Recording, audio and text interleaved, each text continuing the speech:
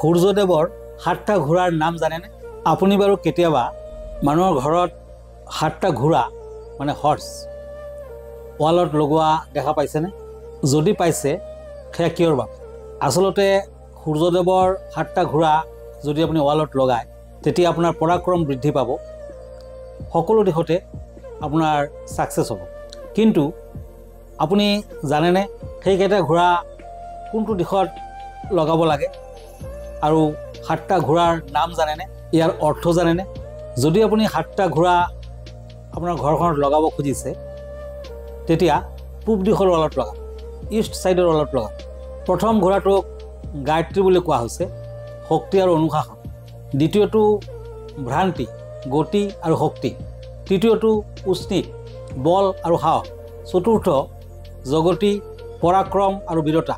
পঞ্চম তৃষ্ট, জ্ঞান আৰু বিদ্যাৰ বাবে।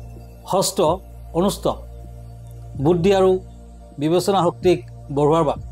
সপ্তম ঘোঁৰাটো হ'ল পংক্তি, নেতৃত্ব দিয়াৰ ক্ষমতা।